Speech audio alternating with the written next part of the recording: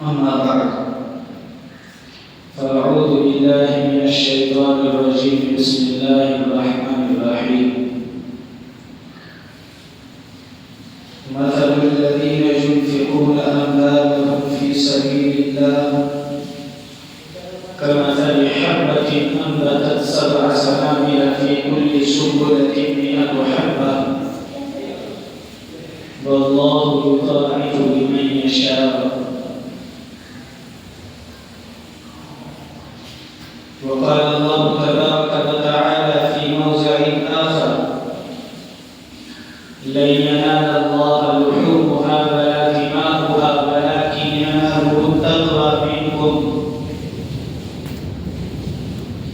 كذلك سخرها لكم لتكبروا الله على ما هداكم وبشر المحسنين. صدق الله العلي العظيم. قال رسول الله صلى الله عليه وسلم: أحب الناس إلى الله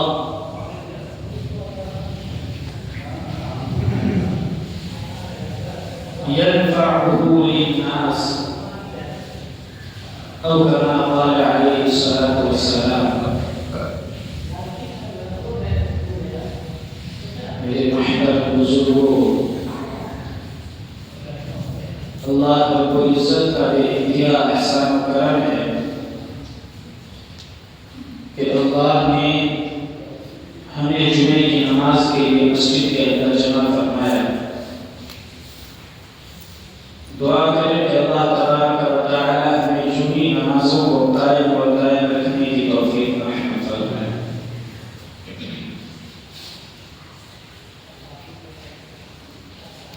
آج چونکہ قربانی کا دن ہے،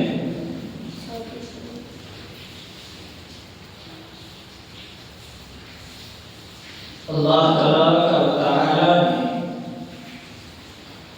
اس امت مسلمہ پر جو قربانی واجب کی ہے،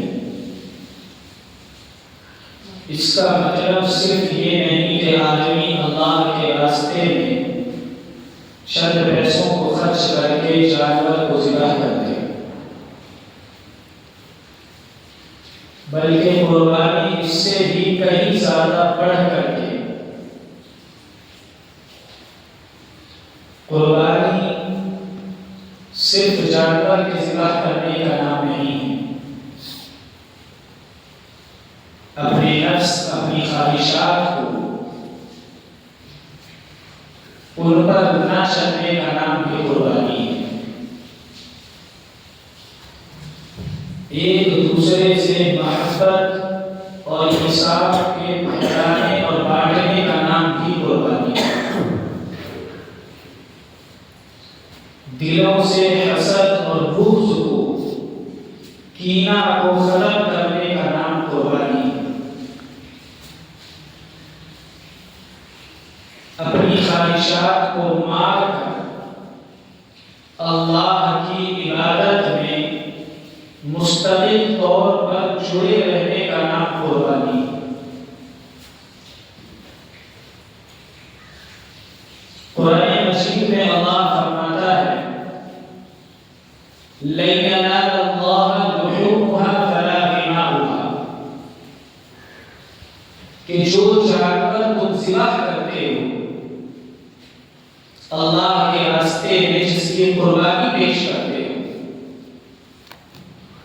اس جانور کا نہ تو خون اللہ تک پہنچتا ہے، نہ اس کا گوشت اللہ تک پہنچتا ہے.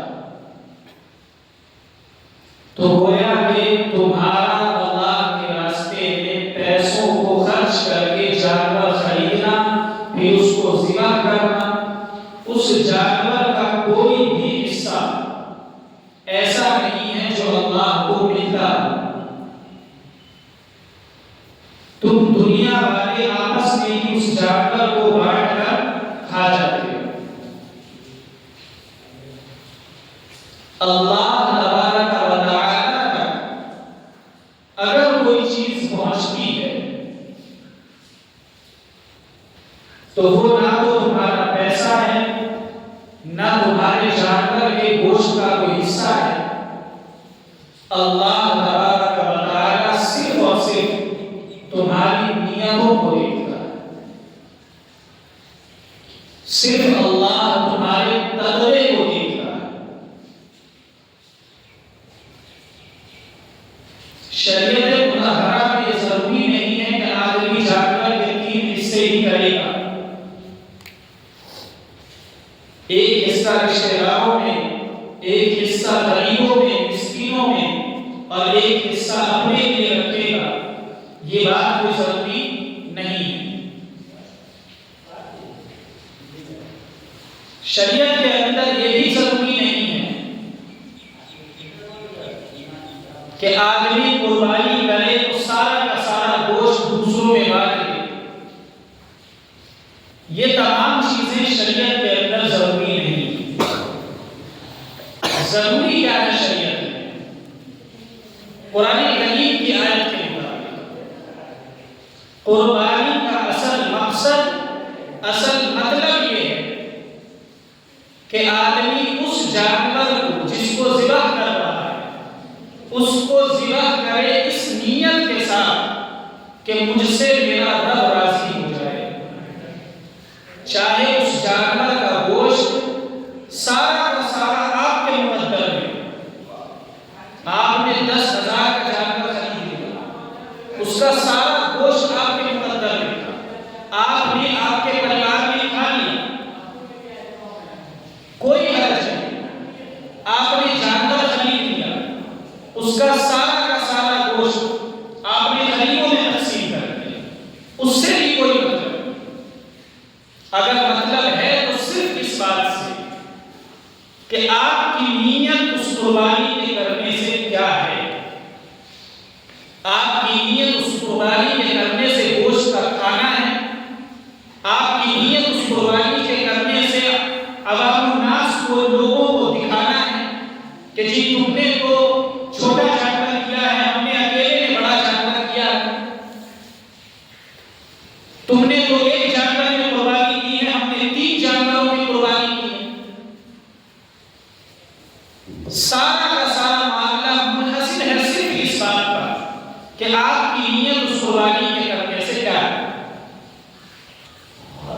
قربانی کے قبول ہونے کی صرف ایک شرط، وہ ایک شرط یہ ہے کہ آدمی کی نیت کے اندر یہ بات ہونی چاہیے کہ میں قربانی صرف اور صرف اللہ کی رضا کے لیے کر رہا ہوں، اس کے علاوہ کچھ نہیں۔ اگر آدمی کی نیت میں یہ بات نہیں ہے کہ میں اللہ کی رضا کے لیے کر رہا ہوں، دوسری بہت سی باتیں، کسی کو دکھانے کے لیے، اپنے گوشت کھانے کے لیے، یا پورے سماج و معاشرے میں اپنے آپ کو اونچا رکھنے کے لیے کہ ہم نے زیادہ جانوروں کو ذبح کیا ہے، یا ہم نے بڑے جانوروں کو ذبح کیا ہے، ہم نے زیادہ تر لوگوں میں گوشت کو تقسیم کیا ہے، اس چیز کو پھیلانے کے لیے۔ قربانی کا اصل مقصد صرف اور صرف وَلَٰكِنْ يَنَالُهُ التَّقْوَىٰ مِنكُمْ کہ اللہ تمہارے تقوی کو، تمہاری پرہیزگاری کو، تمہاری نیتوں کو دیکھتا ہے۔ ایک آدمی ہو کہ جس کو اللہ نے ڈھیر سارا مال دیا، جانور بازار سے خرید کے لا کر کے اس نے ذبح کر دیا، لیکن اس کے اندر وہ جذبہ نہیں تھا قربانی، اس کی نیت کے اندر وہ جذبہ نہیں تھا۔ جو قربانی اس نے دی ہے، جو اس نے ذبح کیا ہے جانور، وہ تو اس نے اپنے پیسوں کے بھوکے پر ذبح کر دیا، لیکن اس کے اندر یہ جذبہ نہیں تھا کہ مجھ سے اللہ راضی ہو جائے، میری قربانی قبول ہو جائے۔ ایک دو نہیں، سینکڑوں، اربوں، کھربوں کی تعداد میں لوگ عید الاضحیٰ کے لیے قربانی پیش کرتے ہیں، اس کے باوجود بھی آج ہمارا یہ حال ہے کہ ہمارے اعمال کا نتیجہ ہمیں دیکھنے کو ملتا ہے کہ آج ہم سے ہمارا رب راضی نہیں ہے۔ اللہ تبارک و تعالیٰ کو راضی کرنے کے لیے، اللہ کی خوشنودی حاصل کرنے کے لیے آدمی کو اپنے نفس کی قربانی دینی پڑتی ہے. اللہ کی رضا حاصل کرنے کے لیے آدمی کو اپنے نفس امارہ کو مار کر کے اللہ کی اطاعت کرنی پڑتی ہے. سیدنا ابوبکر صدیق رضی اللہ تعالیٰ عنہ کا بڑا مشہور واقعہ ہے. ایک مرتبہ حضور اکرم صلی اللہ علیہ وسلم نے فتح مکہ کے موقع پر صحابہ کرام سے فرمایا کہ جاؤ اپنے گھروں سے مال لے کر کے آؤ، اللہ کے راستے میں مال کی ضرورت ہے. دوڑ کر کے لوگ گئے، اپنے اپنے گھر سے مال لے کر کے آئے. حضرت عمر رضی اللہ تعالیٰ عنہ کے پاس اس وقت میں بہت سارا مال موجود تھا. ان کو یہ خیال ہوا کہ آج میرے پاس ڈھیر سارا مال ہے، آج تو میں ابوبکر سے زیادہ مال اللہ کے راستے میں خرچ کروں گا. جتنا مال ان کے پاس موجود تھا اس میں سے آدھا اٹھایا اور لے کر کے حاضر ہو گئے. حضرت ابوبکر رضی اللہ تعالیٰ عنہ کے پاس کم مال تھا، اپنے گھر گئے، جتنا مال تھا سب کو سمیٹ. جتنا مال کا مطلب معلوم، اپنے جسم کے کپڑے تک اتار دیے، ایک پردے کو اپنے جسم پر لپیٹ دیا، گھر کا سارا مال اٹھایا، ایک جگہ رکھا، لے کر کے چل دیے. ان کی بیٹی ہے حضرت اسماء بنت ابی بکر رضی اللہ تعالیٰ عنہ. حضرت ابو بکر رضی اللہ تعالیٰ عنہ کے والد چونکہ نابینا تھے، انہوں نے اپنی پوتی سے پوچھا کہ اسماء، ابو بکر آیا تھا، مال لے کر کے گیا ہے گھر سے، کچھ چھوڑا ہے، سب لے کر کے چلا گیا؟ تو اس بیٹی نے کہا کہ چھوڑا ہے، چلو میں دکھاتی ہوں. اپنے اندھے دادا کا ہاتھ پکڑا، کپڑے کے اندر چند کنکریاں بھری اور ان کے اوپر سے ان کا ہاتھ اس طریقے پر پھیر دیا کہ یہ دیکھیے میرے ابا نے گھر میں کچھ درہم چھوڑے ہیں، کچھ دینار چھوڑے ہیں. جیسا اسماء رضی اللہ تعالیٰ عنہ کا جذبہ تھا کہ کچھ درہم اور دینار چھوڑ لے گئے ہیں میرے بھائی. اور پھر حضرت ابو بکر رضی اللہ تعالیٰ عنہ حاضر ہوئے. اللہ کے رسول صلی اللہ علیہ وسلم کی جب اس مال پر نظر پڑی، آپ کے جسم کو دیکھا کہ آپ کے جسم پر وہ کپڑا نہیں ہے جو اس سے پہلے تھا. اللہ کے رسول سمجھ گئے. عام طور پر لوگوں کا یہ سوال ہوتا ہے کہ بھائی میری جیب میں کتنے روپے ہیں، پیسے نکال، 200 جمع کر، 200 میری جیب میں ہے تو جمع کر دی. تیری جیب میں کتنے ہیں، 500 لاؤ، تم بھی جمع کر دو. تمہاری جیب میں کتنے ہیں، 100، تم بھی جمع کر دو. یہ سوال ہوتا ہے کہ تمہارے پاس کتنے ہیں، یا یہ سوال ہوتا ہے کہ تم نے کتنا دیا ہے. اللہ کے رسول نے سوال نہیں پوچھا کہ تم کتنا مال لائے ہو. اللہ کے رسول نے سوال بدلا اور پھر سوال پوچھا کہ عمر تم اپنے گھر پر کیا چھوڑ کر گئے. حضرت عمر رضی اللہ تعالیٰ عنہ نے کہا کہ اللہ کے رسول ڈھیر سارا مال میرے پاس تھا، آدھا لے کر کے آیا اور آدھا گھر چھوڑ کر کے آیا. حضرت ابو بکر رضی اللہ تعالیٰ عنہ کا نمبر آیا، آپ سے پوچھا کہ ابو بکر تم نے اپنے گھر میں کیا چھوڑا ہے. حضرت ابو بکر رضی اللہ تعالیٰ عنہ نے کہا ہے اللہ کے رسول میں اپنے گھر پر اللہ اور اس کے رسول کو چھوڑ کر کے آیا. یہ حضرت ابو بکر رضی اللہ عنہ کی قربانی تھی. اللہ کے راستے میں مال خرچ کرنے کا مطلب یہ نہیں کہ آپ کے پاس کروڑ ہے اور آپ 50 لاکھ خرچ کر دیں. اللہ اسے نہیں دیکھتا. آپ کے پاس 20 ہیں، آپ نے 20 کے 20 اس لیے اللہ کے راستے میں دیے ہیں کہ اللہ راضی ہو جائے. تو وہ آپ کے 20 روپے کی قیمت اللہ کی نظر میں 50 لاکھ سے بھی زیادہ ہے، کیونکہ اس کے اندر آپ کی سچائی اور آپ کی صاف دلی نظر آتی ہے. حضرت ابو بکر رضی اللہ تعالیٰ عنہ کے اس کارنامے سے ایک دوسرا موقع آیا. حضرت جبرائیل علیہ السلام تشریف لائے. حضرت ابو بکر رضی اللہ عنہ کی جانب اشارہ کیا کہ یہ شخص ابا اوڑھے ہوئے بیٹھا ہوا ہے، یہ ابو بکر ہے. اللہ کے رسول نے فرمایا کہ ابو بکر ہے. یہ وہ آدمی ہے کہ جب میں نے فتح مکہ میں کہا تھا، فتح مکہ کے موقع میں کہ اللہ کے راستے میں مال کی ضرورت ہے، مال لے کر کے آؤ، اس آدمی نے گھر کے اندر ایک درہم دینار یہاں تک کہ جسم پر کپڑا تک نہیں چھوڑا اور سارا مال لے کر کے آیا. حضرت جبرائیل علیہ السلام نے کہا ہے اللہ کے رسول ابو بکر سے کہیے کہ اللہ نے سلام بھیجا ہے. کسی بادشاہ نے نہیں، کسی منتری نے نہیں، سارے جہان کے مالک نے اللہ نے سلام بھیجا ہے ابو بکر کو۔ کیوں؟ کیونکہ ابو بکر نے اللہ کے راستے میں سچے دل کے ساتھ مال کو خرچ کیا۔ اور صرف اتنا نہیں کہ اللہ نے سلام بھیجا ہے، حضرت جبرائیل علیہ السلام نے کہا ہے اللہ کے رسول ابو بکر سے کہیے، ان سے پوچھئے کہ تم نے سارا مال جو اللہ کے راستے میں خرچ کر دیا، اب تمہارا ہاتھ تنگ ہے، تمہارے ساتھ پریشانی ہے، کیا تم اس پریشانی کے وقت میں اپنے رب سے راضی ہو؟ اللہ کے رسول صلی اللہ علیہ وسلم نے پوچھا، حضرت ابو بکر رضی اللہ عنہ نے کہا کہ اے اللہ کے رسول، میری کیا وجہ ہے کہ میں اپنے رب سے راضی یا ناراض ہو سکتا ہوں؟ میں راضی ہوں اپنے رب سے، یہ تو کچھ بھی نہیں، اس سے زیادہ فقیری آ جائے، کیسے ہی معاملات آ جائے میں اپنے رب سے راضی ہوں۔ جیسا ابو بکر رضی اللہ تعالی عنہ کی سچے دل کے ساتھ اللہ کے راستے میں مال کے خرچ کرنے کی جو قصے کہانیوں کی بات کی ہے، حدیث مبارکہ میں صحاح ستہ میں یہ باتیں موجود ہیں، یہ حقیقت باتیں ہیں، اس لیے حضرت ابو بکر صدیق رضی اللہ تعالی عنہ کو ساری دنیا کے آدمیوں میں انبیاء علیہ السلام کے بعد سب سے بہتر آدمی سمجھا جاتا ہے، اس بنا پر کہ ان کے دل کے اندر وہ سچائی تھی، ان کی نیت اس طریقے پر صاف تھی۔ کل سے اب تک ہم نے قربانیاں پیش کی ہیں، جانوروں کو ذبح کیا ہے، لیکن اگر ہمارے دل کے اندر وہ صدق اور سچائی نہیں، اگر ہماری نیتیں صاف نہیں ہیں، تو پھر ہم ڈکے کی چوٹ پر کہتے ہیں کہ ہماری قربانی قبول نہیں، ہماری قربانی کا کوئی فائدہ نہیں۔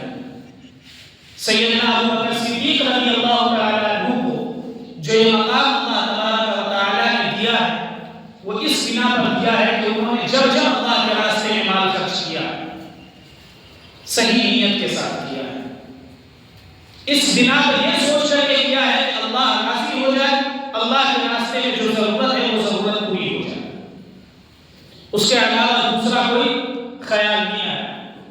ایک شاعر کہتا ہے سیدنا ابو بکر صدیق رضی اللہ تعالی عنہ کے بارے میں کہ وہ پہلا مددگار، پہلا صحابی، نبی نے جسے ہر قدم پر دعا دی، وہ افضل بشر بعد از انبیاء ہے، وہ جانے صداقت، وہ جانے وفا ہے، فرشتے اسی کی اداؤں پہ عاشق، اسی کی نماز و دعاؤں پہ عاشق، نبیوں سے کمتر، اماموں سے اعلیٰ، محمد سے ہر دم وفا کرنے والا، بشر کی شرافت کا معیار ٹھہرا، صداقت کا اونچا وہ مینار ٹھہرا، وہ چلتا ہوا ایک باب حرم تھا، وہ سارے کا سارا تھا قرآن جیسا، خدا کے ایک ایک فرمان جیسا، خدا اس کے راضی ہوا وہ خدا پر، کہے قدسی آمین اس کی دعا پر، کہ زمین پہ وہ عرش ولی دیکھتا ہے، وہ سب سے نرالا، وہ سب سے جدا ہے، کہ دیے ہیں اس کو رتبے اللہ تبارک و تعالی نے، کہ جس کی بنا پر حضرت ابو بکر صدیق رضی اللہ تعالی عنہ کو وہ مقام ملا۔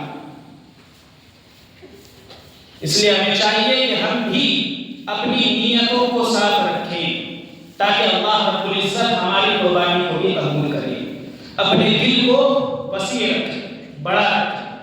عید الاضحیٰ کا موقع ہے، عید الفطر کا موقع، یہ ایسے ایسے ایام ہیں کہ آدمی جن سے سالوں سال ہم نے بات نہیں کی، ان کا ہاتھ پکڑ کر کے اپنے گھر پر لائے کہ جی ہمارے گھر پر آپ کو تبرک کھانا ہے، اپنے دسترخوان کو وسیع رکھیں، اپنے دسترخوان کو بڑا کریں، اپنے دشمنوں کو، دوستوں، احباب کو، پڑوسیوں کو، غریبوں کو، مسکینوں کو کھینچ کر کے اپنے گھر لائیں،